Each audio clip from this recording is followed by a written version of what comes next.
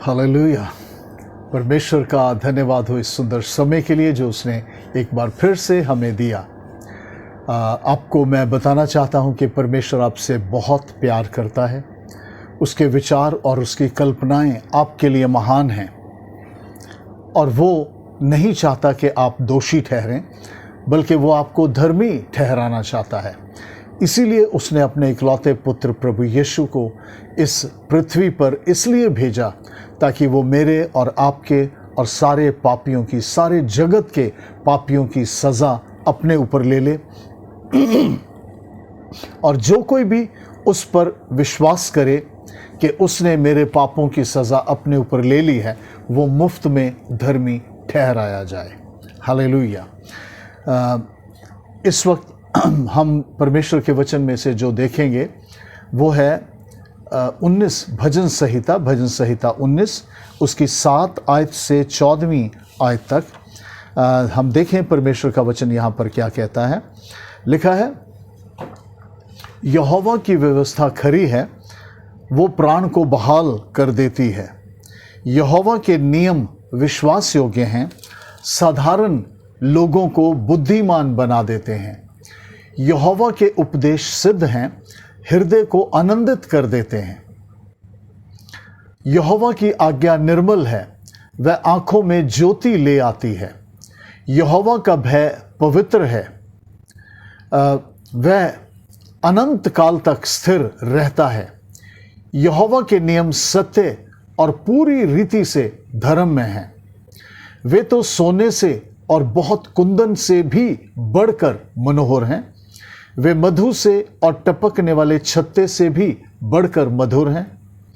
उन्हीं से तेरा दास चिताया जाता है। उनके पालन करने से बड़ा ही प्रतिफल मिलता है। अपनी भूल चूक को कौन समझ सकता है? मेरे गुप्त पापों से तू मुझे पवित्र कर।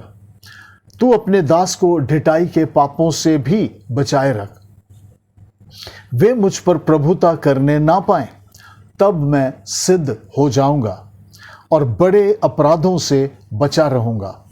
मेरे मुंह के वचन और मेरे हृदय का ध्यान तेरे सम्मुख ग्रहण योग्य हो। हे यहोवा परमेश्वर, मेरी चट्टान और मेरे उद्धार करने वाले। ये वचन बाइबल में से मैंने पढ़े हैं और बाइबल को दुनिया में सबसे अधिक प्रभावशाली पुस्तक कहा जाता है। बाइबल को उर्दू में अहले किताब भी कहा जाता है, जिसका अर्थ है किताबों में किताब, बाइबल। और बाइबल को इंग्लिश में द बुक भी कहा जाता है, या इसको द मोस्ट इन्फ्लुएंशियल बुक भी कहा जाता है। और हो सकता है कि आपके पास बाइबल की एक प्रति ज़रूर होगी, क्योंकि आप मसीही हैं।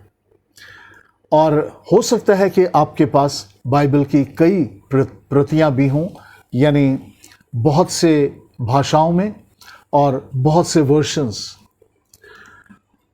हमें पता चलता है, एक पुस्तक से मुझे पता चला कि यूनाइटेड स्टेट्स में 1996 में एक सर्वेक्षण हुआ, एक सर्वे हुआ कि कौन सी किताब सबसे ज़्यादा, सबसे अधिक प्रभावशाली है।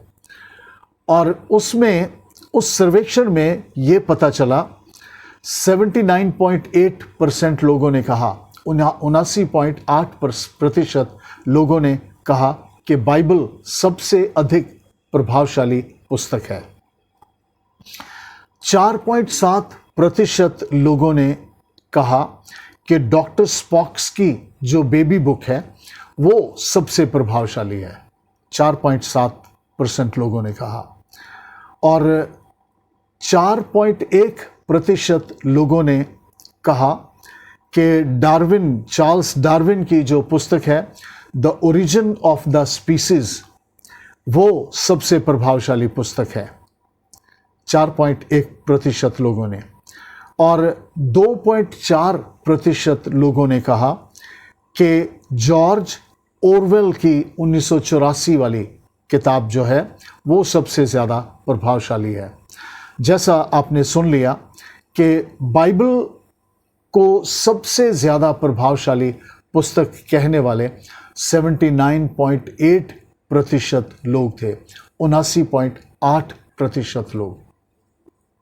और वैसा भी आपको भी मालूम है, मुझे भी मालूम है कि बाइबल जो है दुनिया में सबसे ज़्यादा भाषाओं में बाइबल का तर्जुमा या अनुवाद किया गया है। ऑलमोस्ट जिस भाषा में भी आप बाइबल मांगें उसी भाषा में आपको बाइबल मिलेगी। बहुत ज़्यादा भाषाओं में बाइबल का तर्जुमा किया गया है।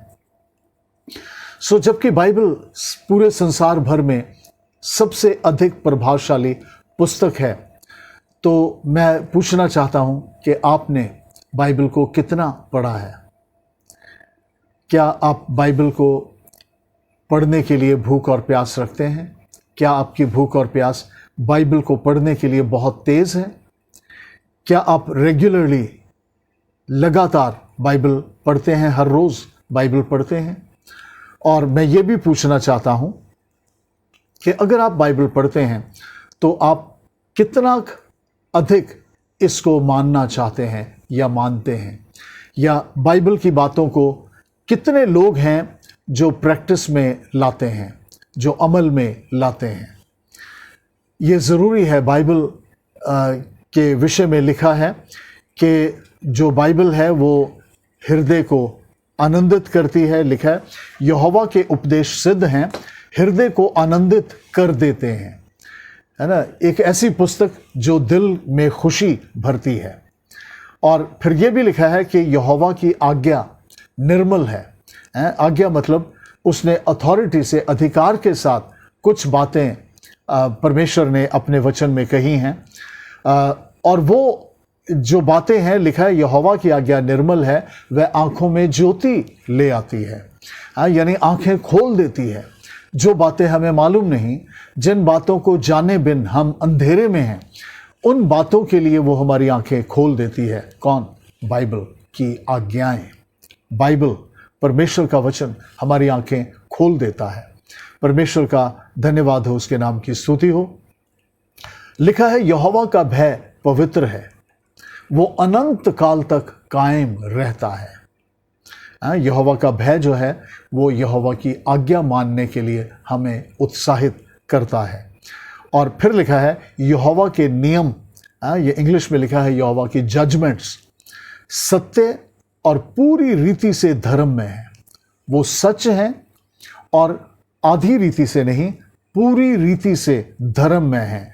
यानी एक व्यक्ति जो भक्ति के साथ जीवन बिताना चाहता है, उसके लिए वो बहुत बढ़िया सोने से भी, लिखा है वे तो सोने से और बहुत कुंदन से, सोना तो सोना है, सबसे ज़्यादा जो मूल्यवान है वो सोना है, लेकिन सोने को भी जब और खरा निकालते हैं, आग में डालकर और खरा निकाला जाता है, उसमें से सारी अशुद्धि निकाली जाती है। लिखा है वो तो सोने से और बहुत कुंदन से भी, कुंदन यानी प्योर गोल्ड, वो सोने से और बहुत कुंदन से भी बढ़कर मनोहर है। यानी सोना भी उसके सामने कुछ नहीं, कुंदन भी, खालिस सोना भी उसके सामने कुछ नहीं। आगे लिखा है वो मधु से और टपकने वाले छत्ते से भी बढ़कर मधुर है। क्या? परमेश्वर का वचन, परमेश्वर के वचन के उपदेश, परमेश्वर की आज्ञाएं, है ना। वो मधु से और टपकने वाले छत्ते से भी बढ़कर मधुर है। लिखा है उन्हीं से तेरा दास चिताया जाता है। अगर हमें चेतावनी पानी है तो परमेश्वर का वचन हमें चेतावनी देता है, हमें चिताता है। और लिखा है उनके पालन करने से बड़ा ही प्रतिफल मिलता है। छोटा नहीं, बड़ा प्रतिफल मिलता है ना। बड़ी आशीष मिलती है, बहुत बड़ा रिवॉर्ड मिलता है। किस बात से? परमेश्वर के वचन को मानने से। परमेश्वर का वचन ऐसा नहीं कि हम माने और कुछ भी फर्क ना पड़े, लेकिन जब परमेश्वर का वचन हम मानते हैं उससे हमारे दिल में आनंद भरता है, हमारी आंखों में ज्योति आ जाती है। एक जगह वचन में लिखा है, 119 भजन की 105 आयत में लिखा है कि तेरा वचन मेरे पाँव के लिए दीपक और मेरे मार्ग के लिए उजियाला है।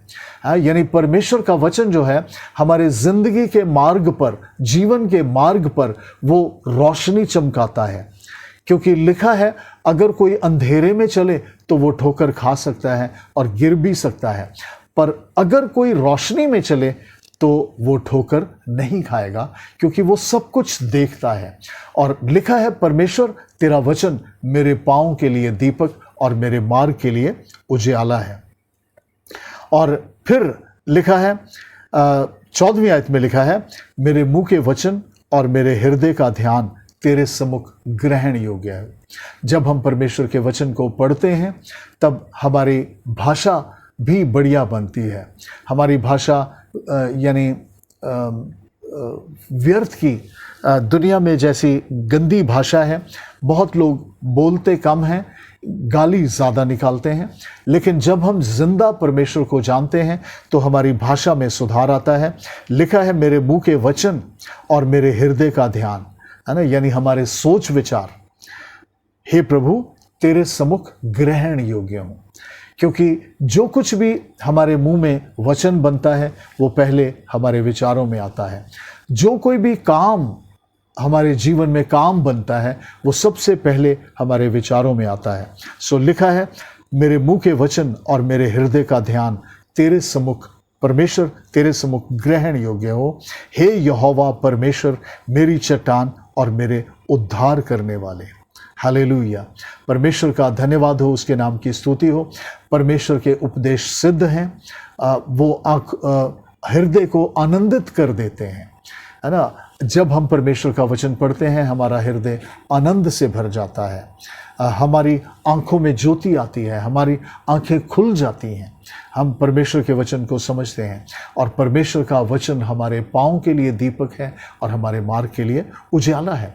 मेरे अजीज़ों, जितने लोग परमेश्वर के वचन को पढ़ने के लिए भूख और प्यास रखते हैं वो मसीही जीवन में सही चाल चलने के लिए भी भूख और प्यास रखते हैं।